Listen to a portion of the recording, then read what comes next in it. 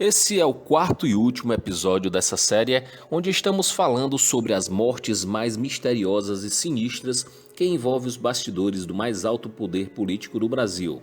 Nesse episódio final, vamos tratar sobre a tragédia aérea que vitimou o ministro do Supremo Tribunal Federal, Teori Zavascki, bem como iremos falar sobre o atentado que sofreu o Jair Bolsonaro em sua campanha para a presidência da República. E vamos ao vídeo.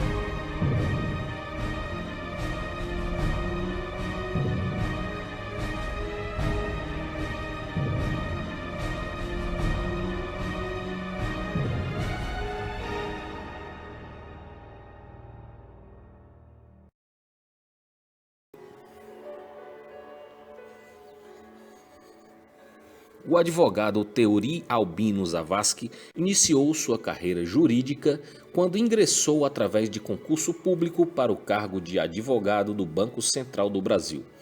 Ali conseguiu evoluir e assumiu a coordenação dos serviços jurídicos.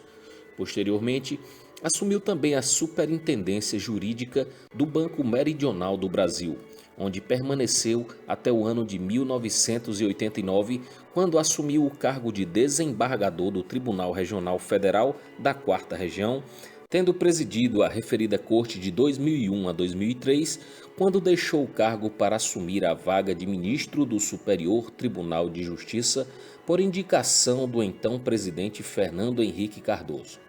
Em 2012, foi indicado pela ex-presidente Dilma Rousseff para assumir uma vaga como ministro do Supremo Tribunal Federal. No ano de 2014, explodiu mais um grande caso de corrupção política no Brasil, que resultou na criação da maior operação nacional de combate ao crime político organizado, a Operação Lava Jato. O juiz federal Sérgio Moro foi o responsável por julgar a maioria dos processos da referida operação. No STF, a relatoria ficou por conta de Teori Zavascki. Juntos, foram responsáveis por autorizar o cumprimento de mais de 1.000 mandatos de busca e apreensão, de prisão temporária e preventiva e de condução coercitiva. Em sua grande maioria, gente poderosa, políticos, executivos de grandes companhias e grandes empresários.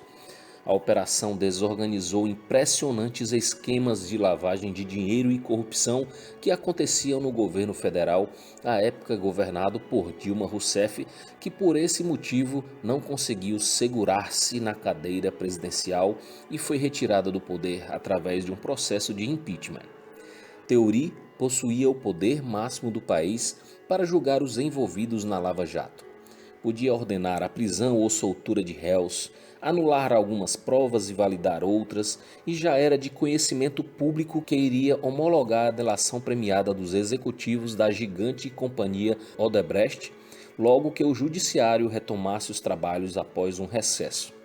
Porém, antes disso acontecer, no dia 19 de janeiro de 2017, o avião bimotor turbo-hélice que transportava Teori Zavascki caiu no mar próximo à cidade de Paraty sem deixar sobreviventes.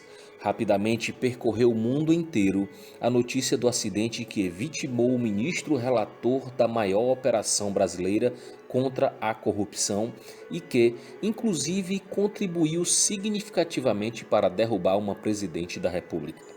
Mais uma vez, a população se viu diante de uma tragédia misteriosa envolvendo o mais alto poder nacional e, apesar dos resultados das investigações, mais uma vez a população não acreditou na versão de um mero acidente ou falha humana e acredita sua morte a um atentado com motivações políticas. Apesar desse caso não ter resultado na morte de Jair Bolsonaro, é importante lembrá-lo, uma vez que o real interesse do autor era o de matar a vítima. Jair Bolsonaro, um militar reformado, entrou na política em 1989, quando foi eleito vereador pelo Rio de Janeiro. Antes de terminar seu mandato, candidatou-se a deputado federal e mais uma vez foi eleito, mantendo-se no cargo eletivo por quase 30 anos. Em 2018, candidatou-se a presidente da República pelo PSL, Partido Social Liberal. No início, sua candidatura não despertou preocupações por parte dos grandes partidos, pois Bolsonaro era considerado um mero deputado do baixo clero com ideias conservadoras e seus recursos para a campanha eram mínimos frente à grande maioria dos demais candidatos.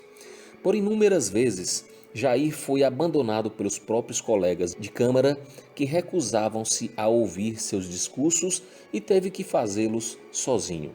No entanto, os escândalos do Mensalão e da Operação Lava Jato, ocorridos nos governos do PT, fizeram com que boa parte da população criasse uma enorme rejeição contra os partidos alinhados à esquerda. A partir daí, essa parcela dos brasileiros passou a buscar nomes que fugissem totalmente à regra do quadro político à época. Bolsonaro fazia um discurso firme de tolerância zero contra o crime e a corrupção e em defesa dos valores familiares e cristãos, e assim começou a ganhar adeptos por todo o país. A alta rejeição das outras opções que disputavam aquele pleito eleitoral, aliado à sua forma aparentemente sincera e convicta de falar e agir, fez com que sua candidatura ganhasse visibilidade. Animado com sua ascensão nas pesquisas, Bolsonaro passou a fazer cada vez mais caravanas pelo país. Sua recepção em cada lugar que chegava era comparável à de astros da música, onde uma legião de fãs parecia delirar chamando seu nome ou mesmo seu apelido, Mito, que ganhou devido suas respostas rápidas e sinceras contra perguntas consideradas maliciosas. Parecia algo surreal essa idolatria a um político. Apesar disso, jamais em toda a história do Brasil viu-se um fenômeno similar. Mesmo Luiz Inácio Lula da Silva, considerado um dos mais populares presidentes e que deixou o cargo com uma das mais altas taxas de aprovação, segundo os institutos de pesquisa, nem mesmo ele conseguiu arregimentar uma legião tão fervorosa de admiradores. Dessa forma, o que era muito improvável aconteceu e Bolsonaro rapidamente assumiu a liderança das pesquisas para presidente. Por outro lado, suas falas totalmente sem filtros e o tom irônico que usava para rebater seus opositores despertavam uma espécie de repugnância entre os radicais da esquerda, enquanto parecia fornecer combustível para alimentar o ódio dos radicais da direita. Assim, as eleições presidenciais de 2018 tornaram-se as mais disputadas, com troca de insultos, difamações, fake news, amizades rompidas, familiares em pé de guerra, enfim, uma disputa que extrapolava os limites éticos. Bolsonaro, acostumado com o ambiente hostil da política, onde era tratado com total indiferença, parecia não importar-se com todo aquele ambiente de guerra e por inúmeras vezes dispensava seguranças em suas andanças pelo país. Provavelmente achava impossível que no meio daquelas multidões que se aglomeravam para vê-lo ou tocar-lhe, houvesse alguém com interesse e capacidade para atentar contra a sua vida. Lê do engano. No dia 6 de setembro de 2018, Bolsonaro cumpria a agenda de campanha na cidade de Juiz de Fora, em Minas Gerais, e como era de costume, o presidenciável se misturou à população que o aguardava e foi colocado nos ombros de um de seus apoiadores que saíram em passeata pelas ruas daquele município.